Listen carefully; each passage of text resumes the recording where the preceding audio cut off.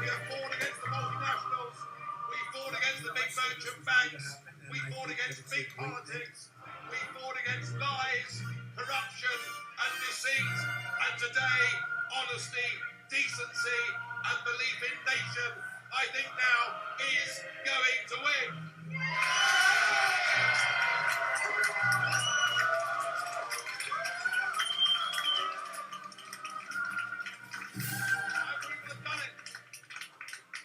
Done it without having to fight, without a single bullet being fired. But I've done it by damn hard work on the ground.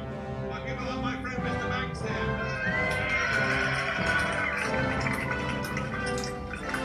And my people in the Labour Party, and the Conservative Party, and UKIP, and the No Party who've taken part in this campaign.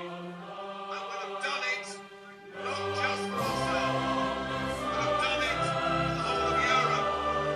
I hope this victory brings down this failed project and leads us to a Europe of sovereign nation states, trading together, being friends together, cooperating together, and let's get rid of the flag, the anthem, Brussels, and all that has gone wrong.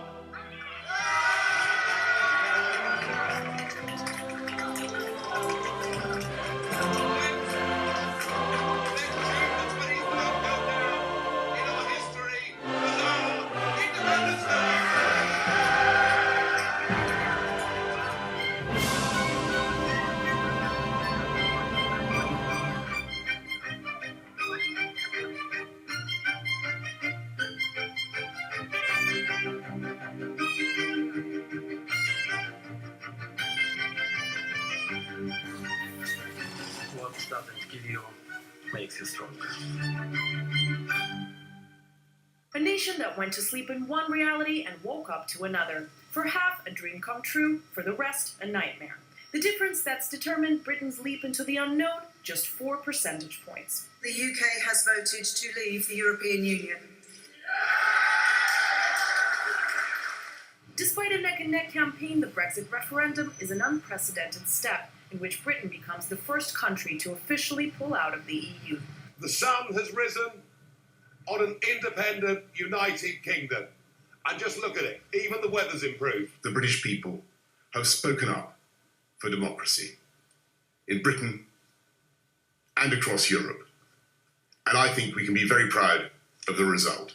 Dire consequences of what's to come are predicted the world over. A snowball effect that there's plenty more which could yet fall apart. An overhaul of the political establishment is the next expected wave in this tsunami. The name of the next captain of this ship is yet to be determined. Opposition leader Jeremy Corbyn faces a no-confidence vote over his failures in the Remain campaign. The referendum was masterminded by David Cameron, a ploy to get more votes in the last election just over a year ago, which cemented his position at number 10. Now he's got one foot out the door as the United Kingdom dives head first into uncharted territory, and definitely not united, as half the nation is having a collective panic attack as the reality of the Brexit begins to slowly sink in. Anastasia Churkina, RT, London. So, as we heard there, the Brexit has exposed a deeply divided UK. 52% voted for the nation to leave, 48% to remain. Things needed to change. I think there's a lot wrong with Europe. Well done, Great Britain. Well done. Absolutely disgusting that people have voted to leave the EU. There's going to be a lot of anger and division in the months and the years ahead. I don't think it's fair. The political map is being redrawn in front of our eyes. Class is back in fashion. For me, it never went out of fashion. But, you know, the idea that what's good for the espresso macchiato drinking, au pair hiring, cleaner hiring class, and the interests of the workers who don't drink espresso macchiato, don't have a nanny, don't have a cleaner, and are struggling to make ends meet. These two sections of the people have now diverged, and it's us and them. We are people who believe in the United Kingdom. We believe in self-government. We believe in the fact that people have to govern themselves in a democracy. The trouble with the European Union is it is not a democracy in any sense that we recognise. It has become completely opaque. The decision-making process leads to nothing more or less than compromises all the time, and it imposes laws on us that we don't want. It is a very dark day in the affairs of British politics and in the mother of all parliaments. The positivity for those who have been quaffing flutes of champagne all night on the Leave campaign is going to be overly stated. We will now see an economic depression. We will now see a huge, massive impact to the British economy. The turkeys have voted for Christmas. Congratulations. Well, with almost half the population unhappy with the result of the vote, a petition has been launched calling for a new referendum. It has been signed by more than 700,000 people so far, and that does mean it has to be debated in the UK Parliament.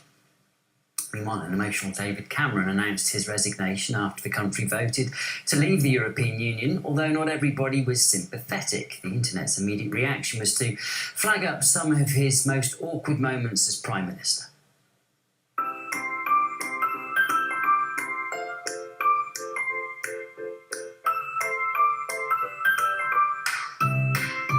You've got a swarm of people coming across the Mediterranean, seeking a better life. Some of you won't be here in 50 years' time. I'll never forget the beaming smile and face that met me and said, "What'll it be, lads? Humble pie?"